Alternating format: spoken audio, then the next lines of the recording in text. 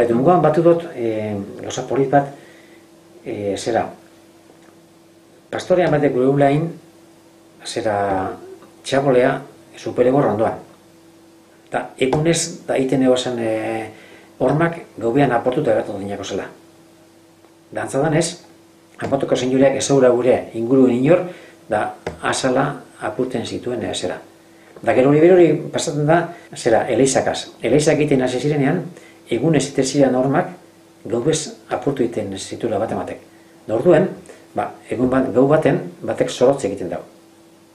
Eta kontuetot dire, jentile direla, gaubez hormak apurtzen dituenak. Jentilek ezadien gure eliza egiterik, karo, horrek.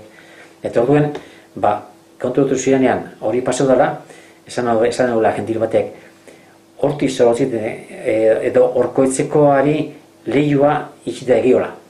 Lehioa begi egitek. Eta hango gizona agertu zela, begi galdute horren gogunean.